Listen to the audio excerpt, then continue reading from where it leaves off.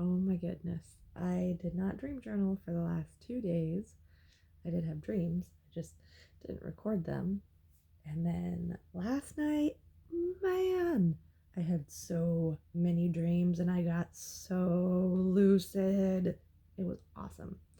So, yesterday's dreams, didn't dream much, but I do remember one dream that I had that I was driving around some highway, and then I pulled over to safely use my cell phone. And then two cop cars pulled over and they started harassing me. And one was talking to me at the driver's side window, and then two other cops came to my passenger side. And I was driving my Typhoon in this dream, and which was a new one. It was the first time I've had a dream about driving my 1993 Typhoon, which is my baby. um, and they started searching my car, and I was like, hey, you can't do that. First of all, you didn't ask me and I didn't give you permission. And they found some keef, which is a cannabis product, and I don't smoke weed anymore. And I was like, what? And so they're like, aha, I knew it. And I'm just like, this is not going to hold up because you didn't ask permission and whatever. And then, so some dialogue goes back and forth. And then for some reason, there's a few other cars that pull up. And suddenly, beside my my driver's side window next to the cops, there's like these two black college football players, and they're like, hey, we're witnesses and we know that you didn't ask her permission to search her vehicle. And then all of a sudden there's three more of them, and they're like, yeah, we saw it too, we're witnesses. And then the cops got all like kind of like nervous, but they were like still trying to strong arm and harass me. And then one of the football players like reaches in his pockets, which I don't know how because he's in his football uniform, but he reaches in his uniform and he pulls out a bunch of like crumpled dollar bills and $5 bills, and he goes, it ain't much, but this will help you. And he hands it to me, and the other football player goes, yeah, well, he even has less than the football player before him. He gets out some crumpled dollar bills and he goes, yeah, this will help fight the cops, man. And he hands it to me, and then the third one does the same thing. And I was like, thanks, guys. And their support, because I was putting on a front and I was being tough, and I wasn't letting the cops bully me. I'm fairly good at confrontation, but inside I was super nervous, super scared, and really stressed out. And their words and their support and their actions made me feel like this rush of like, yeah. And it was really awesome. And then so the cops took me away and they impounded my precious Typhoon, and they were trying to get me to go into the jail and the building. And we were in this big gravel parking lot surrounded by chain link fence, and there was a whole bunch of vintage school buses. And so I broke away from the cops and I got into one of the school buses and I drove it through the chain link fence. And then next scene, I was in it was like probably early 90s or late 80s setting, and I was in a school, and I was in the school cafeteria, and I was like hanging out with some goth kids and talking to other kids, and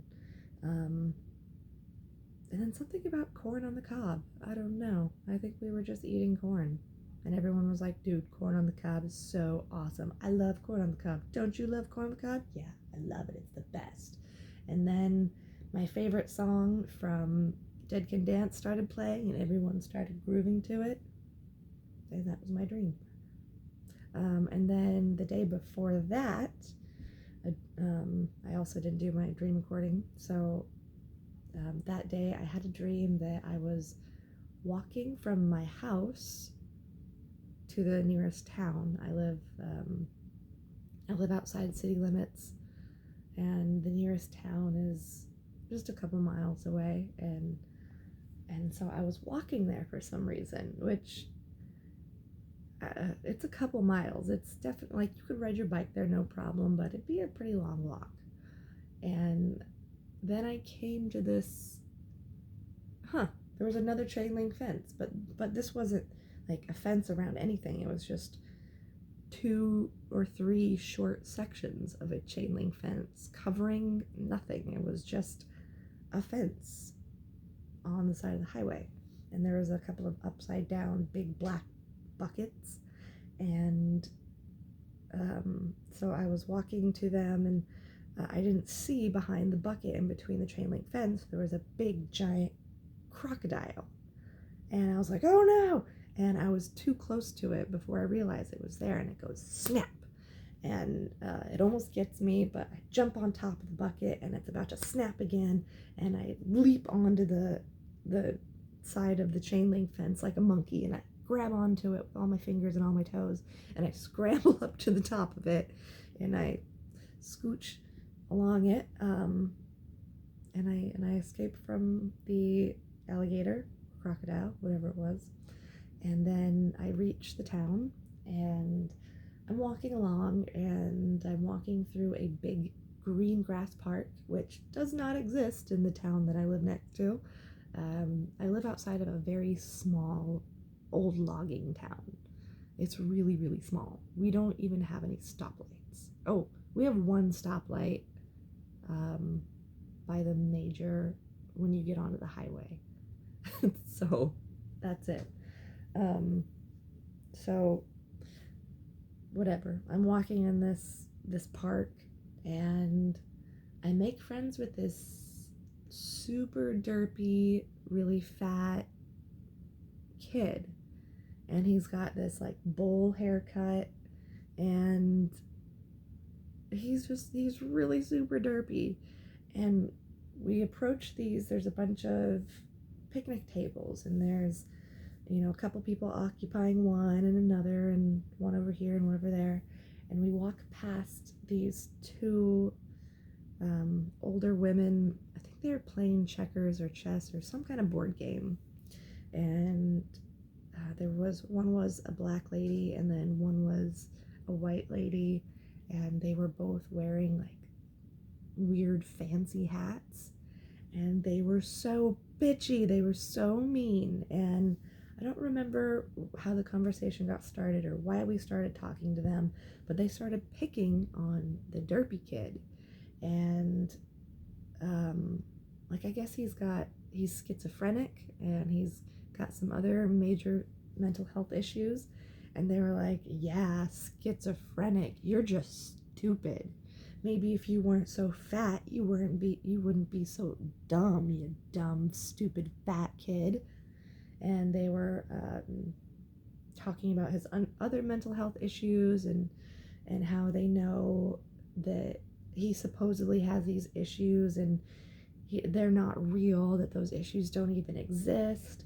And I think this caused a small amount of lucidity in myself, because I was able to stand up to them, think about what they were saying, consider whether I should tell them to fuck off or just like move on. But I understood that there was some amount of lucidity, not necessarily that it was straight up dream world and 100% lucidity, but I understood that there was something like that.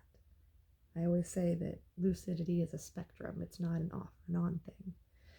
So I told them how much they sucked, how wrong they were, and told them to fuck off.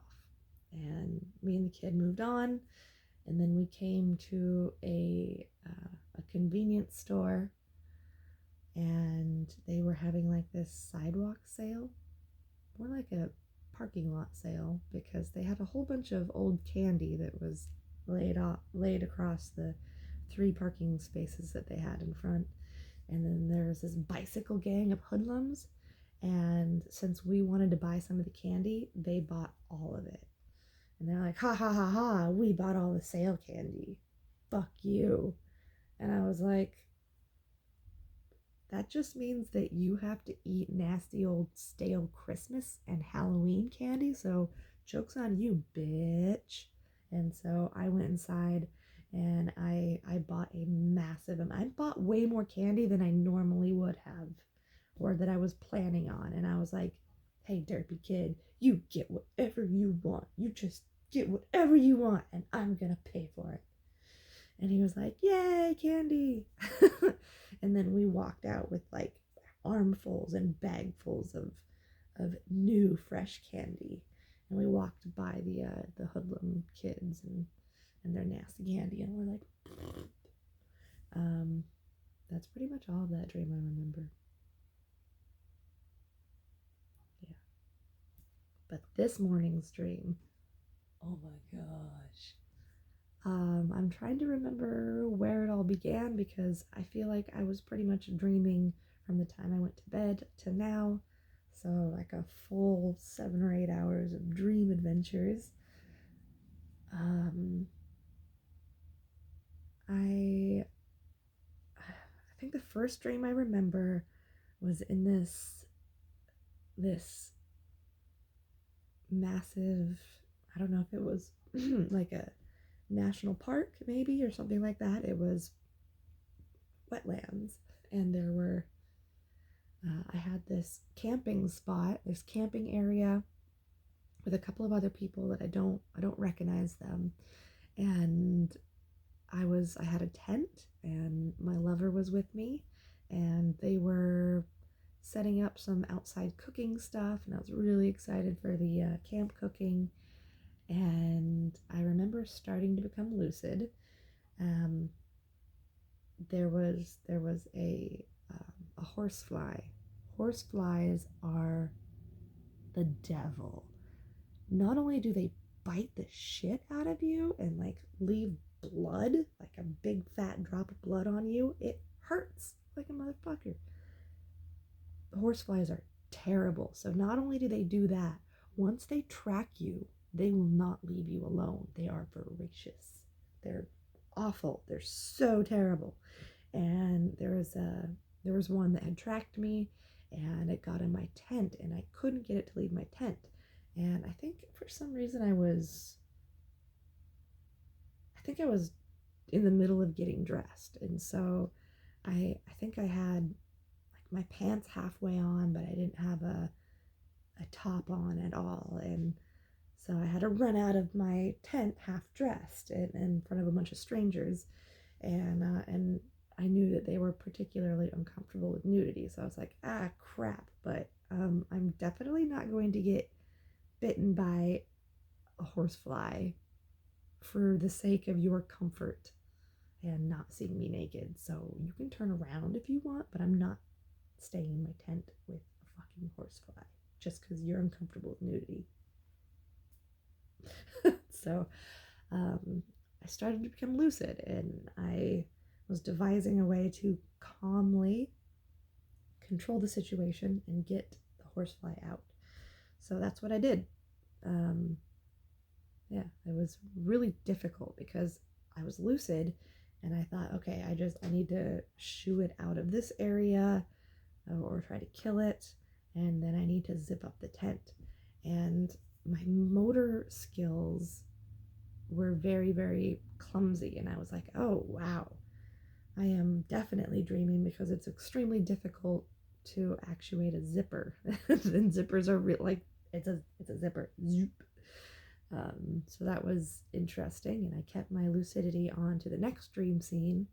I was still in the same kind of marshy land, but instead of being in the field and really close to the marsh, I followed a trail that went into some sparse trees, and these trees they looked and felt like they were very, very old, but they weren't. Like, I live around trees that are like oak trees, evergreens, and stuff like that, and these were very gnarly, bent, and shapely trees. and they were very like Halloween looking. And I was walking along with my lover, and then it dawned on me. I'm like, wow, I am dreaming. And I looked at them and I was saying, whoa, we're dreaming. Are you dreaming too? And we had a conversation, and apparently they fully acknowledged that they were in my dream. And I haven't talked to them yet, and I need to find out if they had the same dream. That would be wild, but they don't usually remember their dreams, so I don't know. But it was fascinating, and I was having such a good time. I was beyond stoked because I don't usually have dreams with my lover, and so the fact that they were even there was great. But on top of that, that I was able to ask them about dreaming, and if they were in my dream, if they were dreaming, and all this stuff was really great. So we were walking along, and I was like, what should we do? Maybe we should ask someone something profound, which is if I gain full lucidity, that's what I do. So I found a park ranger, and he looked like he was just stopped, and he was really confused. He was kind of like looking around, like, where am I? And I asked him, I said, hey, who are you? Where are we? Are you dreaming? What's your name? And he looks at me and he goes, I don't know. And then he's thought about the other questions, and he goes, I don't know what my name is. And he looked really disturbed and really like freaked out. And I was like, huh, all right, well, no reason to linger here. I think we're just going to move on, because I didn't want to lose my lucidity. And if this dream character couldn't tell me, what the meaning of life is, or what dreams were, or if we were in the DMT world, I didn't want to waste my time.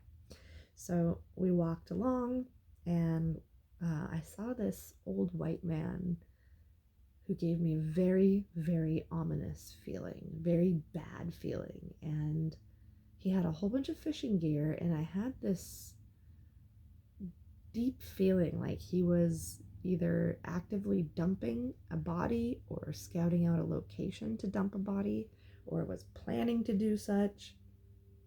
And I didn't want to walk past him. Even though I knew that I was dreaming and that I was safe, I told my lover, I really want to see if I can define the features of this man in my mind and remember them for when I wake up, because I have a feeling that he's someone that really needs to be avoided. And just in case I happen to come across someone that looks like him in real life, I will recognize these features. And he looks really generic. He just looks like some old white guy. He was very tall. He had a fairly athletic build. He had white hair. His nose was fairly large and straight. And I think that he had light colored eyes, so they would have been either green or blue.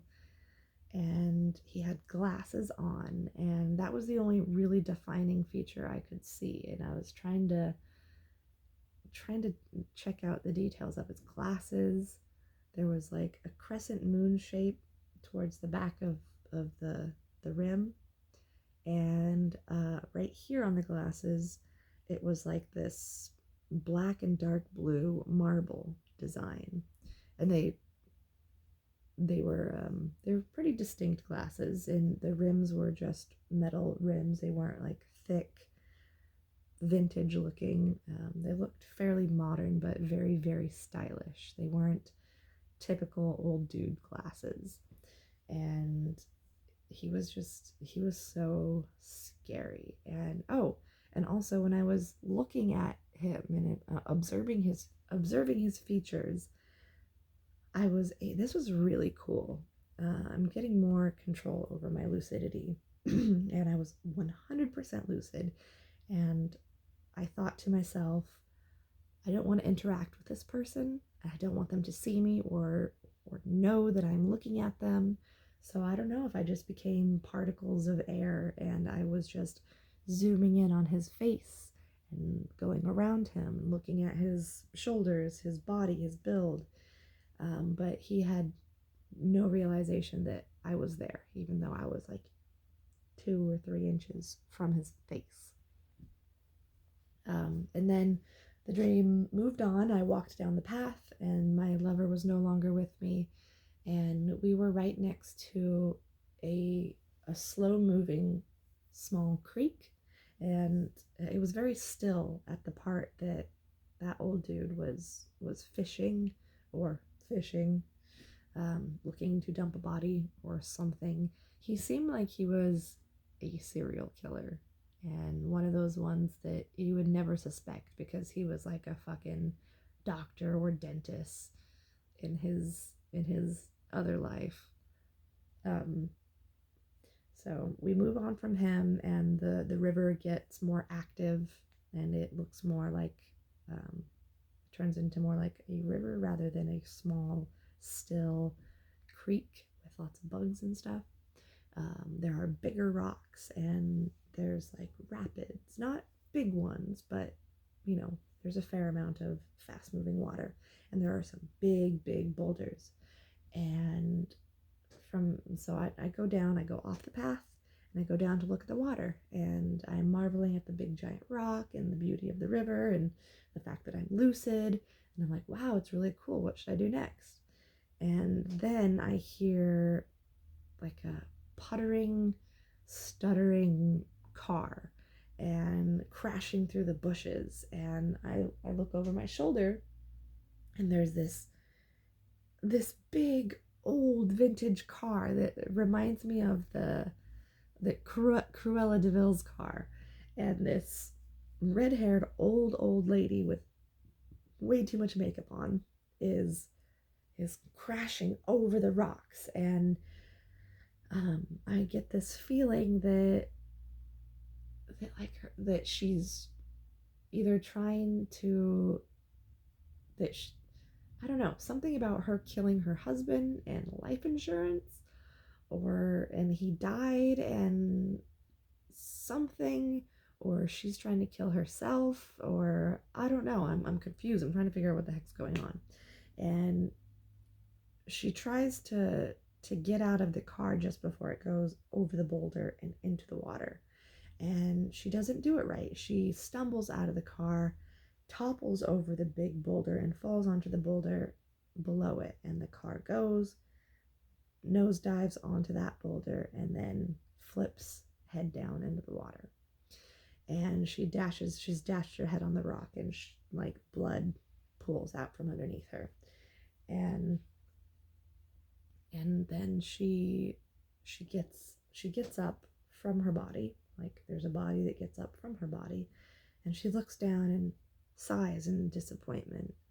And then dream scene changes, and I'm not in this dream any longer, and we're on this, like the head of this boat, this big like Titanic sized boat, and it's a cruise ship, and there's lots of bright white, and there's a gentle breeze, and there's beautiful sun shining. And I see another woman's face. She's quite older. She's probably in her late 60s, and she's going, "Mom, well, I guess you're here with me now." Then she smiles, and she's trying to like comfort her mother, who's like just coming to in this lounge chair, and she's looking around at her surroundings and realizing that she's on a cruise ship. And the mother's still not saying anything, and they hug each other, and there's a feeling of reunion, and like lots of sorrow, but lots of happiness, and a sense of ending and completion. And that was very strange. And then that dream ended. And then the next dream I was in, I think I continued on the path. So I like went back to kind of this marshy land, but I guess I had walked so far along this scene that I started to come back into civilization. And there was this this historic looking building that I think maybe it had been some kind of hotel slash bar back at the turn of the century, but it was now a thrift store of some sorts, and it was just full of junk. It was just lots of broken things, lots of hoarder stuff, and I regained my lucidity, and I was like, oh no, no, no, I don't want to be here. I don't want to be around all this junk. I don't want to talk to anybody that's going to be at this level of place, because usually the people here are not very, the people in my, I have dreams fairly often in this dream theme where it is a junkyard or a thrift store or a flea market of varying quality.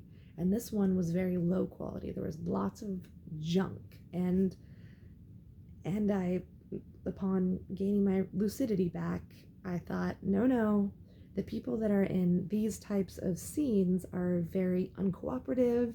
Sometimes they're hostile, and they're just generally not helpful and not pleasant to deal with. So I got to get the fuck out of here. So I started looking at ways to escape. It was so cluttered that I was having difficulty flying away. So I was just like, I'm changing this dream scene. I'm leaving one way or another. So I ascended the stairs, and then I came, so it was the same building, but now a different dream scene. And it was, so in Centralia, Washington, there's a lovely yoga studio called Embody. And Embody has Nia classes, belly dance classes, yoga classes, and it was like a version of that, only it was still in a store setting. It wasn't necessarily a thrift store, even though I went up the stairs and away from this basement, this very dank basement that was so cluttered with stuff. I was in another basement. I'd gone up the stairs to a basement because dream logic. But the clutter here was like ancient things from around the world, little mini deity statues and like Buddhas and big giant amethyst crystals. It was very, very cluttered, and it was really hard to, like, because there was pathways made through all this clutter, but it was really cool clutter that was fascinating to look at. And there was a little cleared space that was just big enough for probably half a dozen people to stand in. And the owner of the studio, Christina Wolf, isn't that the coolest name ever? And she's beautiful and buff, and she's awesome looking, and she's super cool. And so she's wearing all white, and she's teaching us a belly dance class. And also my other favorite person from Centralia, Nina, is there. And Nina is, I don't know, she's the most adorable, magical little blueberry that has ever existed. And she's got these really thick glasses on that make her eyes just super magnified, and it's so cute. And Christina is teaching us this like tribal arm combination. And for some reason, even though it's a fairly simple arm combo, I can't figure it out.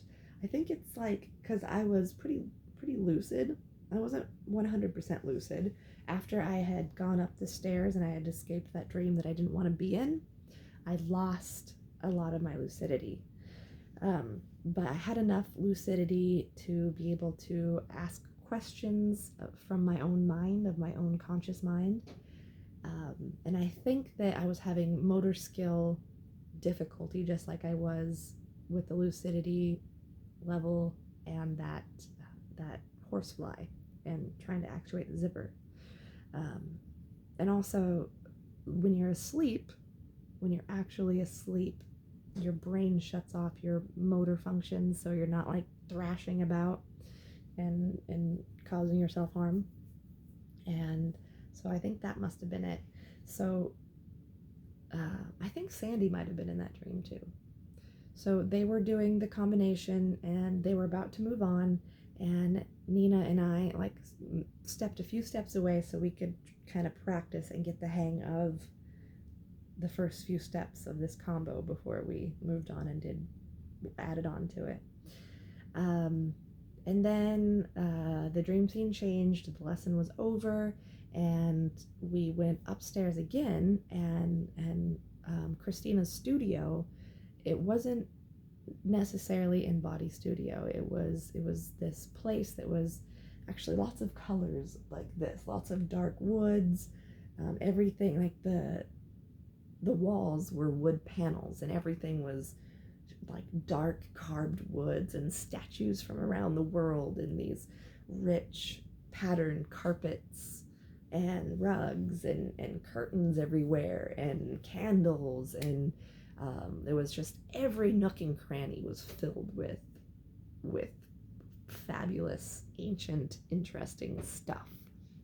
And it was a restaurant and a performance venue, and there were rows of chairs, of these dark chairs, and they were watching a belly dance performance, and so I turned my attention to the stage, and this woman is wearing this big woman. She is like big in all senses of the word. She's ridiculously tall, and she's got like medium dark skin and this beautiful black thick hair that's just goes to her shoulder, and it's so thick and blunt cut that it stacks like out like this.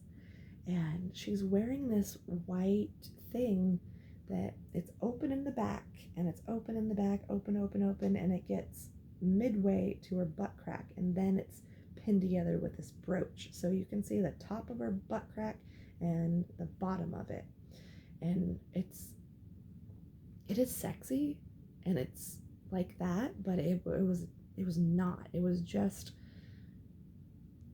it was so wholesome, and it wasn't overtly sexual. It was just, it seemed so normal, and nobody in the audience seemed like they were reacting to it that way either.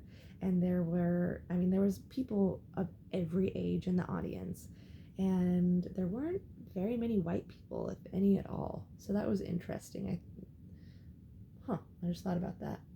And she was dancing. She was the first dancer, and she was like, I think she must have been playing the goddess, like the main priestess, if you will.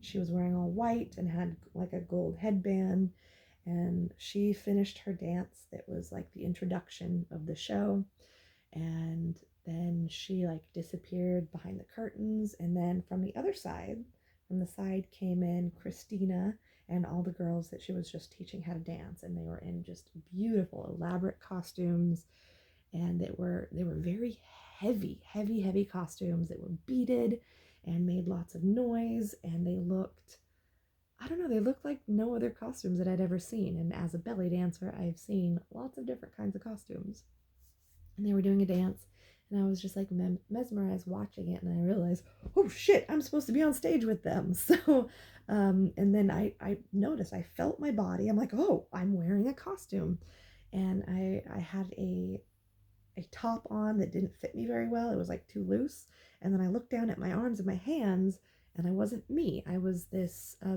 very petite and very young Latina girl. I was like, okay, I'm a different race, and I'm a different age. Alrighty, I better get on stage. And I got some lucidity, and a lot of times, if I'm not lucid and I have belly dance dreams, or even if I am a little bit lucid, I have this reoccurring, not quite nightmare, but it sucks that I can't quite get to the stage on time, or something happens and I don't get to dance, and it sucks because dancing is my greatest joy. And when I do get to dance in dreams, I usually learn something. I level up, like doing flutters, belly flutters, was something that I'd been trying to do for years, and one day I had a dream about it, and I could do it in my dream, and so I practiced the entire dream, and when I woke up in real waking life, guess what I could do? I could do that thing that I hadn't been able to do for years.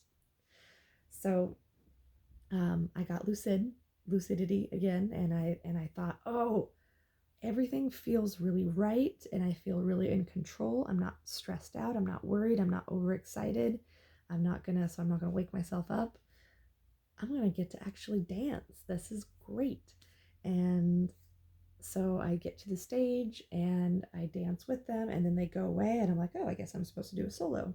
And so I start dancing, and I notice I must be, I don't know if I'm too lucid or not lucid enough, because it starts feeling like I'm moving through water, and not in a good way. Everything is just really slowed down. I'm trying to move my arm like this, but it's like, so I can't really shimmy. I can't move fast. And then since my top is too big, it falls off, and I am exposed to the audience. And I'm like, oh, oops, sorry, hang on. So I run off stage, and I'm like, what am I gonna do? What am I gonna do? What am I gonna do? And there's this Indian woman who is working on this. It's a much simpler top than the one I was wearing. I was wearing this very heavily beaded, intense top, and hers is very lightweight. It's all fabric. There's a gold ribbon at the bottom that has a few very spaced out large beads instead of thousands of beads that mine had on it. And I go, oh my gosh. And she looks at me and she goes, and she snips the thread and she hands it to me, and I throw off my top and I put on hers, and I'm like, wow, this is so light. And I run back on stage, and oh, and this top, by the time I run back and get on stage, it also has these long gossamer sleeves that are kind of flowy. And so I'm like, oh, and the sleeves made me remember the arm combination that we had just learned.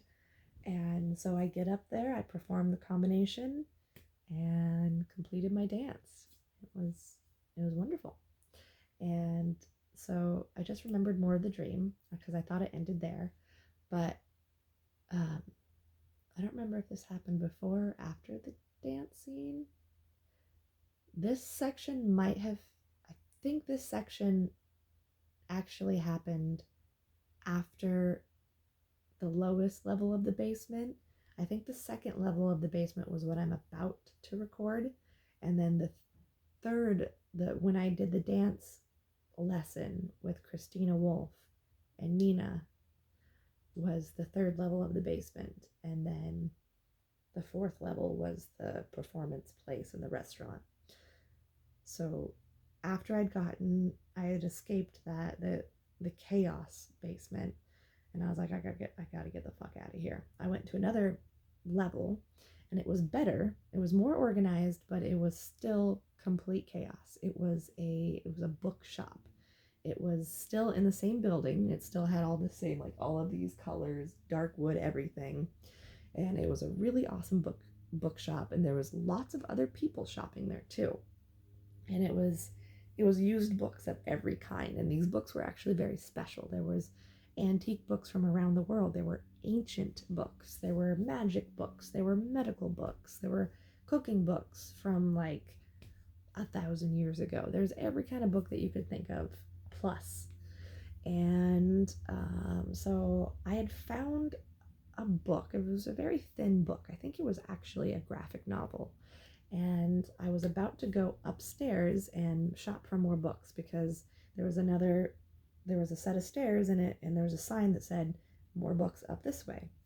And there was also a ring, and it was an eyeball ring. And this eyeball ring was used, and I looked at the price, and I was like, oh, these are $160 on Etsy, because there is actually a seller that makes these rings that are amazing. They use prosthetic glass eyes that look very real, and they're $160. And so I looked at the ring, and it said $130, and I thought, oh, I was going to buy one of these rings for myself anyway. I suppose a $30 discount is fair enough. This ring looks nearly new. So I take the ring, I take the graphic novel, and I go up to the counter, and I go to this very pointy blonde lady, and I go, hey, do I need to check out here before I go upstairs? I plan on shopping more, but do I need to check out here? And she goes, yes, you do. I go, okay. So I hand her, for some reason, I'm going to use my driver's license as a credit card. So and it looks, I don't know, it looks like a driver's license, but it also has credit card information on it and some other like stamps and other weird things. It's like some futuristic super ID that has all of my information, and I mean all of it, depending on who and how it is scanned. So I have this ID and I hand it to her, and just as I hand it to her, I realize that it's my old ID. And in real waking life, a couple days ago, in my closet, I found an old purse that has an old ID from 2014 when I had like ass length black hair, and I had a bunch of other old stuff. So in real waking life, I did find an old ID, and I'm sure that's why this was in my dream.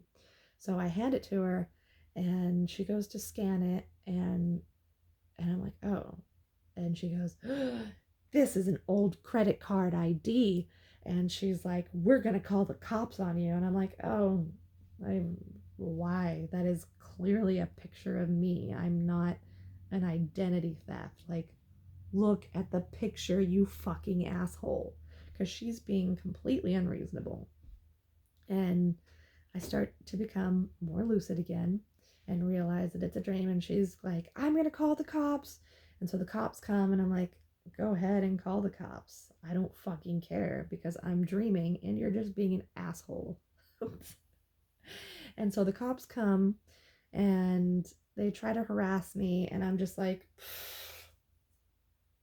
go away. You're bothering me. You're vexing me. And they really try to get a rise out of me, and which is what the inorganic beings do in dreams. They try to make you scared or stressed out or pissed off or something like that, because they feed on energy, they feed on emotions, and the easiest emotions to get out of someone is anger, is base emotions. It's way easier to spook someone or go boo and get them to jump than it is to make them feel intense happiness or love or oneness. And so I'm just like, whatever. And they're like, why aren't you reacting? And I become more lucid at that point. And then I'm just like, go away. You have no power over me. And I part through the crowd and I go up the stairs, and I believe that is when I had the belly dance lesson dream and then the performance dream. Yeah, so that was my dream. I did use dream supplements before I went to bed. I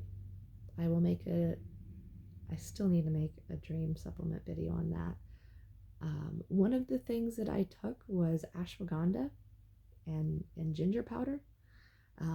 I think the ashwagandha really helped, because I've taken other dream supplements before and had varying results. And this was the first time that I took ashwagandha directly before going to sleep, and it was great.